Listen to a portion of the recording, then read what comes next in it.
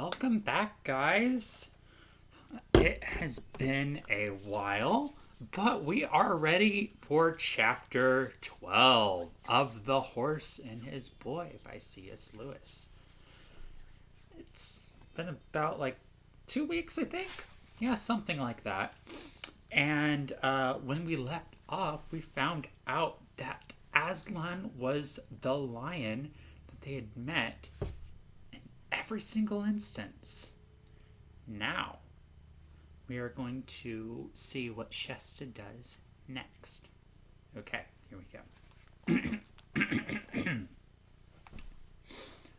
Shesta in Narnia. Was it all a dream? Wondered Shesta.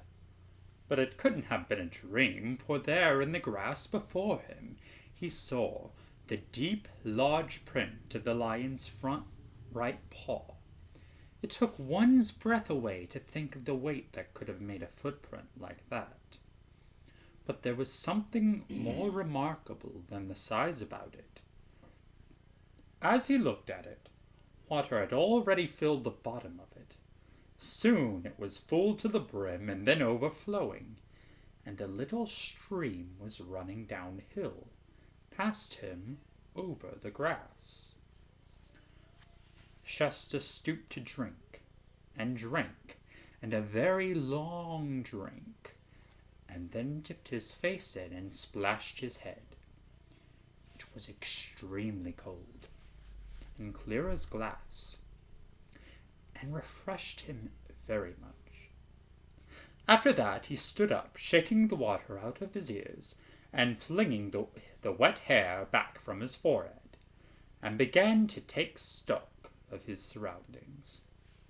Apparently, it was still early morning. The sun had only just risen, and it had risen out of the forests, which he had saw low down and far away on his right. The country which he was looking at was absolutely new to him. It was a green valley land, dotted with trees, through which he caught the gleam of a river that wound away roughly to the northwest. On the far side of the valley there were high and even rocky hills, but they were lower than the mountains he had seen yesterday. Then he began to guess where he was. He turned and looked behind him and saw that the slope which he was standing belonged to a range of far higher mountains. "I see," said Shesta to himself. "Those are the big mountains between Archenland and Narnia. I was on the other side of them yesterday. I must have come through the pass in the night. What luck that I hit it! At least, it wasn't luck at all, really. It was him! And now I'm in Narnia." He turned and unsaddled his horse and took off its bridle. "Though you are a perfectly horrid horse," he said. It took no notice of his remark, and immediately began eating the grass. The horse had a very low opinion of Shesta. "Wish I could eat grass," thought Shesta. "It's no good going back to Anvard. It'll all be besieged.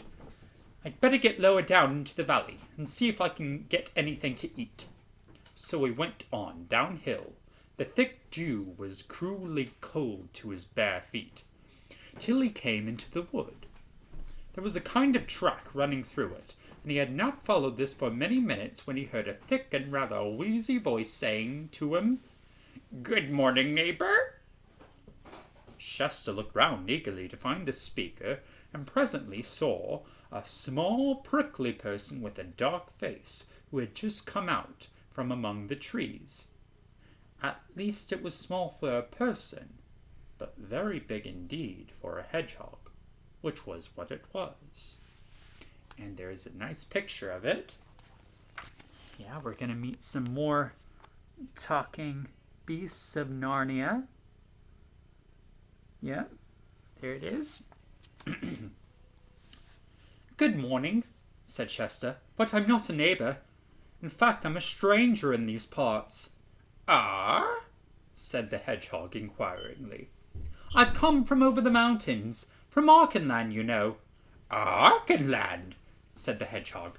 That's quite a long way. Never been there myself. I think, perhaps, said Chester, someone ought to be told that there's an army of savage Calormans attacking Anvard at this very moment. You don't say so? Answered the hedgehog. Well, think of that. And they do say that Calormen is hundreds and thousands of miles away, right at the world's end across the great sea of sand. It's not nearly as far as you think, said Chester. And oughtn't something to be done about this attack on Anvard. Oughtn't your High King to be told? Certain sure something ought to be done about it, said the hedgehog. But you see, I'm just on my way to bed for a good day's sleep. Hello, neighbour. The last words were addressed to an immense biscuit-coloured rabbit, whose head had just popped up from somewhere behind the path. The hedgehog immediately told the rabbit what it had just learned from Chester. The rabbit agreed that this was very remarkable news, and that somebody ought to tell someone about it, with a view to do something. You don't say. And so it went on. Every few minutes they were joined by other creatures, some from branches overhead and some from little underground houses at their feet, till the party consisted of 5 rabbits, a squirrel, 2 magpies, a goat-foot fawn, and a mouse, who had all talked at the same time and all agreed with the hedgehog. For the truth was that in that golden age, when the witch in the winter had gone and Peter the High King ruled at Cair Paravel, the smaller woodland people of Narnia were so safe and happy that they were getting a little careless. Presently, however, 2 more practical people arrived in the little wood. One was a red dwarf, whose name appeared to be Duffel. The other was a stag, a beautiful lordly creature with wide liquid eyes, dappled flanks and legs so thin and graceful that they looked as if you could break them with 2 fingers. "Lion alive!" roared the dwarf as soon as he had heard the news. "And if that's so, why are we all standing still chattering? Enemies at Anvard? News must be sent to Cair Paravel at once. The army must be called out. Narnia must go to the aid of King Loon." "Ah," said the hedgehog, but you won't find the High King at Cair Paravel. He's away to the north trouncing those giants. And talking of giants, neighbour, that puts me in mind—" "Who'll take our message?" interrupted the dwarf. "Anyone here got more speed than me?" "I've got speed," said the stag. "What's my message? How many Calormens?" 200, under Prince Rabadash and—" But the stag was already away, all 4 legs off the ground at once, and in a moment its white stern had disappeared among the remoter trees. "I wonder where he's going," said the rabbit. "He won't find the High King at Cair Paravel, you know." "He'll find Queen Lucy," said Duffel. "And then, hello, what's wrong with the human? It looks pretty green. Why, I do believe it's quite faint. Perhaps it's mortally hungry. When did you last have a meal, youngster?" "Yesterday morning," said Chester weakly. "Come on, then, come on," said the dwarf, at once throwing his thick little arms round Chester's waist to support him. "Why, neighbours, we ought to all be ashamed of ourselves. You come look with me, lad. Breakfast better than talking." With a great deal of bustle, muttering reproaches to itself, the dwarf half led and half supported Chester at a great speed further into the wood, and a little downhill. It was a longer walk than Chester wanted at that moment, and his legs had begun to feel very shaky before they came out from the trees and onto bare hillside. There they found a little house with a smoking chimney and an open door, and as they came to the doorway, Duffel called out, "Hey, brothers, a visitor for breakfast." Wow. Sorry, that just could be taken the wrong way, but don't worry, they're not gonna eat him, but you probably already knew that. And immediately, mixed with the sizzling sound, there came to Chester a simply delightful smell. It was one which he had never smelled in his life before, but I hope you have. It was, in fact, the smell of bacon and eggs and mushrooms, all in a frying pan. "Mind your head, lad," said Duffel a moment too late, for Chester had already bashed his forehead against the low lintel of the door. "Now," continued the dwarf, "sit you down. The table's a bit low for you, but then the still's too low too. That's right. And here's porridge, and here's a jug of cream, and here's a spoon." By the time Chester had finished his porridge, the dwarf's two brothers, whose names were Rogan and Bricklethumb, were putting the dish of bacon and eggs and mushrooms, and the coffee pot and hot milk, and the toast on the table. C.S. Lewis really likes his Oxford commas. It was all new and wonderful to Chester, for Coloman food is quite different. He didn't even know what the slices of brown stuff were, for he had never seen toast before. He didn't know what the yellow soft thing they smeared on the toast was, because in Coloman you nearly always have oil instead of butter. And the house itself was quite different from the dark, frowsty, fish-smelling hut of Ashish, and from the pillared and carpeted halls and the palaces of Tashbaan. The roof was very low, and everything was made of wood. And there was a cuckoo clock, and a red and white checkered tablecloth, and a bowl of wildflowers, and little curtains on the thick pan windows. It was also rather troublesome having to use dwarf cups and plates and knives and forks. This meant that helpings were very small, and then there were a great many helpings, so that Chester's plate or cup was being filled every moment, and every moment the dwarves were saying, "Butter, please," or "Another cup of coffee," or "I'd like a few more mushrooms," or "What about frying another egg or so?" And when at last they had all eaten as much as they could possibly, as much as they possibly could, the three dwarves drew lots for who would do the washing, and Rogan was the unlucky one. Then Duffel and Bricklethumb took Chester outside to a bench which ran along against the cottage wall, and they all stretched out their legs and gave a great sigh of contentment, and the two dwarves lit their pipes. This was made in the 50s. Don't get any ideas. The dew was off the grass now, and the sun was warm. Indeed, if there hadn't been a light breeze, it would have been too hot. "Now, stranger," said Duffel, "I'll show you the lie of the land, and you can see nearly all South Narnia from here, and we're rather proud of the view.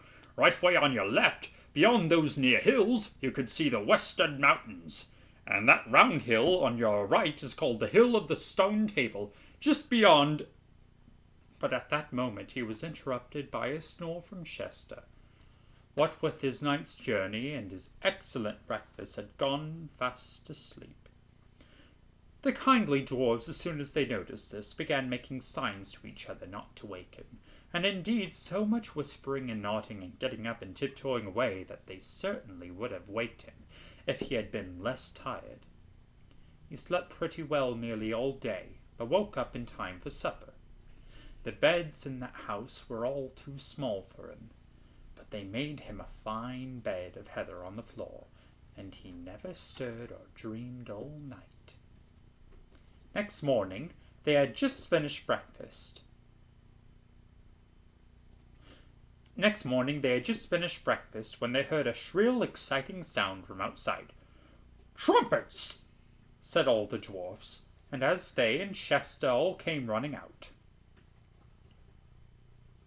The trumpets sounded again, a new noise to Chester, not huge and solemn like the horns of Tashbaan, nor gay and merry like the horns of like King Loon's hunting horn, but clear and sharp and valiant. The noise was coming from the woods of the east, and soon there was a noise of horse hooves mixed with it. A moment later, the head of the column came into sight. First came the Lord Peregrine on a bay horse, carrying the great banner of Narnia, a red lion on a green ground. Chester knew him at once. Then came three people riding abreast, two on great chargers and one on a pony, and the two on the chargers were King Edmund and a fair-haired lady with a merry face who wore a helmet and a mail shirt and carried a bow across her shoulder and a quiver full of arrows at her side. "Queen Lucy," whispered Duffel. But the one on the pony was Corin. After that came the main body of the army, men on ordinary horses, men on talking horses who didn't mind being ridden on proper occasions, as when Narnia went to war, centaurs, stern, hard-bitten bears, great talking dogs, and at last of all, 6 giants, for there were good giants in Narnia. But though he knew they were on the right side, Chester at first could hardly bear to look at them. There are some things that take a lot of getting used to. Just as the king and queen reached the cottage, and the dwarves began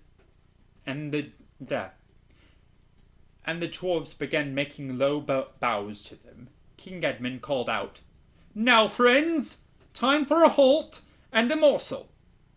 And at once there was a great bustle of people dismounting and haverstacks being opened and conversation beginning, when Corin came running up to Chester and seized both his hands and cried, "What? You here? So you got through all right? I am glad. Now we shall have some sport. And isn't it luck? We only got into harbour at Cape Paravel yesterday morning, and the very first person who met us was Chervy the Stag with all his news of an attack on Anford. Don't you think? Who is your highness's friend?" said the king. Now, we'll get on, but I thought that you would probably like to see some of these pictures. There you go. Yeah. All right. "Who is your highness's friend?" said King Edmund, who had just got off his horse. "Don't you see, sire?" said Corin. "It's my double, the boy you mistook for me at Tashbon." "Why, so he is your double," exclaimed Queen Lucy. "As like as 2 twins. This is a marvellous thing." "Oh, please your majesty," said Chester to King Edmund, "I was no traitor, really I wasn't, and I couldn't help hearing your plans, but I never would have dreamed of telling them to your enemies." "I know now that you are no traitor, boy," said King Edmund, laying his hand on Chester's head. But if you would not be taken for one another time, try not to hear what's meant for others' ears. But all's well." After that, there was so much bustle and talk and coming and going that Chester for a few minutes lost sight of Corin and Edmund and Lucy. But Corin was the sort of boy whom one is sure to hear of pretty soon, and it wasn't very long before Chester heard King Edmund saying in a loud voice, "By the lion's mane, Prince, this is too much! Will your highness never be better? You are more of a hot scold than a whole army together.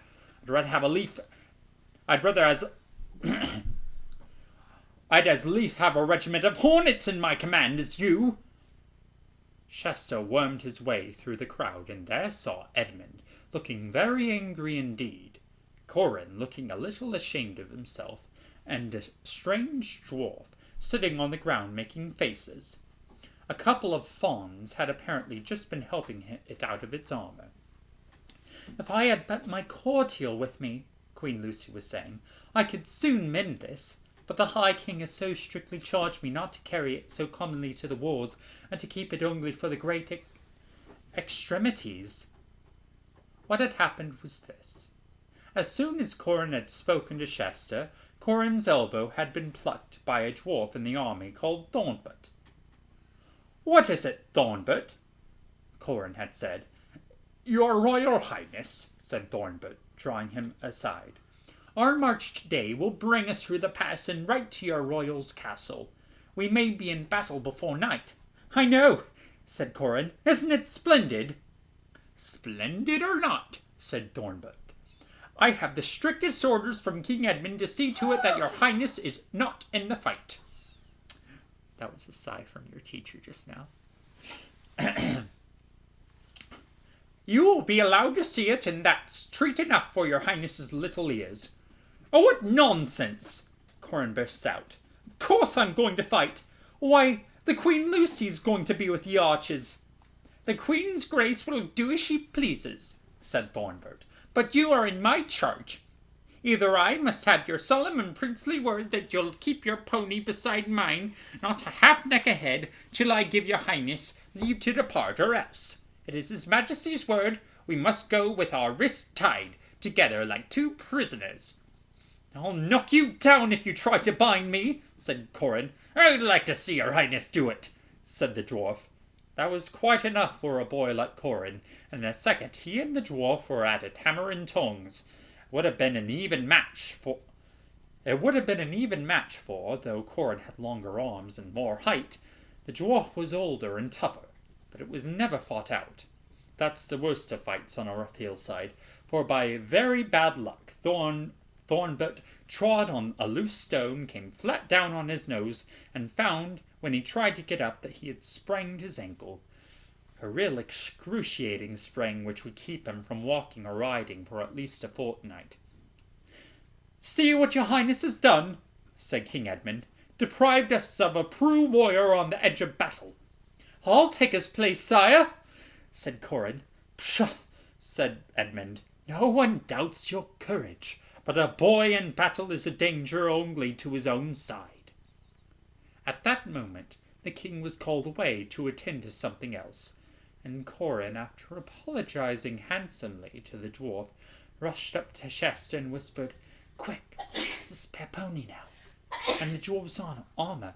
Put it on before anyone notices. What for? Said Chester. Why, so you and I can fight in the battle, of course. Don't you want to? Well, yes, of course, said Chester, but he hadn't been thinking of doing so at all, and began to get a most uncomfortable, prickly feeling in his spine. That's right, said Corin. Over your head. Now the sword belt. But we must ride near the tail of the column, and keep as quiet as mice. Once the battle begins, everyone will be far too busy to notice us. And that is the end of chapter 12. Ooh, what's going to happen? Chester and Corin in the battle? That doesn't sound like a very good idea. Doesn't sound like a very good idea at all. So we haven't seen the siege yet, but we also know that they got word to King Edmund and Queen Susan in time, and now we've met another queen, Queen Lucy. You probably remember her from the last book, and she's definitely a little bit different, way more grown up. But I mean, obviously, that's to be expected. They're kings and queens now. So, I'm not exactly sure what message you'll get from Corin fighting a dwarf and getting his own way. But still, I think that there are a lot of hints about C.S. Lewis's ideas of providence in this, because you notice that from his footprint there came a stream, and obviously that stream was meant to lead Shasta somewhere. And obviously it was able to lead him. My sister is giving me faces. Obviously that stream was able to lead him somewhere, so that he could so that word could be given to King Edmund and Queen Susan in time. So now we're going to see the siege on Anvard. How's it gonna go? Think about that. And we will be back. Have a good day, guys.